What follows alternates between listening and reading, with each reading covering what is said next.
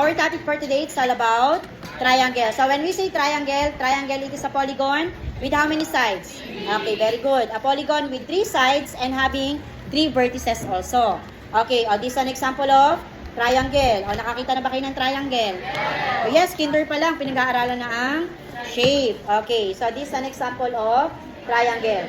Okay, we have 3 basic parts of a triangle. So we have the sides, the vertices, and the angles. Okay, when we say vertices, so these are the 3 corners of the triangle. So determined by 3 non-collinear points. Well, meaning, if we have 3 sides, we have also 3 vertices, and we have also 3 angles. By the way, class, vertices, it is the plural form of vertex. So pag sinabi natin vertex, isang endpoint lang. So pag tatlo na, vertices na ang tawag. So using the given triangle, so we have triangle ABC. By the way, class, to name a triangle, use 3 capital letters. And the name of this triangle is triangle ABC. Pwede rin BCA, ACB, CBA, at marami pang, diba? Ang mahalaga silang tatlo yung magkakasama. So given triangle ABC, what are the 3 vertices? ABC.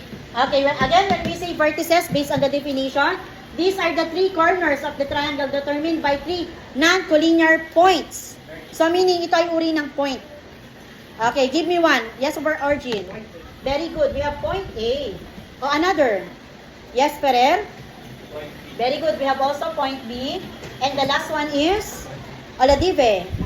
Okay, these are the 3 vertices. We have point A, point B, and point C. So, the second part is the sides. Side, these are the 3 segment or line segment whose endpoint are the 3 vertices of the triangle. Sabi nyo kanina, we have 3 sides, tama ba? So, pag sinabi nating side, line segment yon, meaning, gagamit tayo ng symbol ng line segment. Ito yon, yung may line sa taas.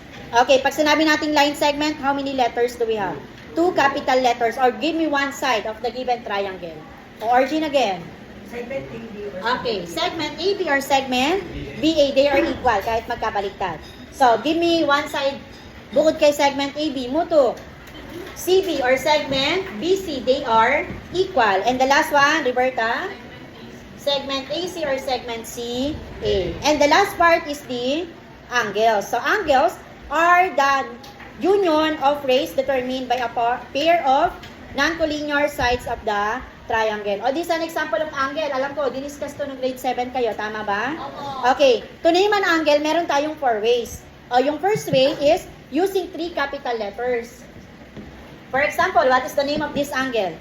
Angle ACB or angle BCA, whose vertex is at the middle. So, ano yung vertex yung nasa gitna? Kailangan nasa gitna din daw yan. So, we can name this angle as angle ACB or angle BCA using 3 capital letters.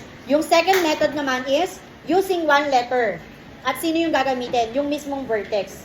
Ano yung letter sa gitna? So, we can name this as angle C. Okay, yung third method naman, pwede rin tayo anak gumamit ng number basta nasa loob. We can name this as angle 1. Or pwede rin use 1 single small letter. So, we can name this angle A. So, merong 4 ways tayo. Pero commonly, sa geometry, ang ginagamit ay 3 letters or 1 capital letter. Yung vertex mismo. O now, based on the given illustration, give me one name of that triangle. Roberta.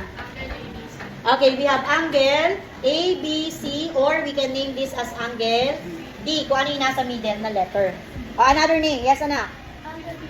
Angle BCA or angle C. And the last one is CAB or angle A.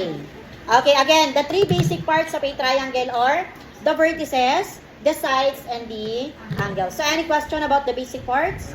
Okay.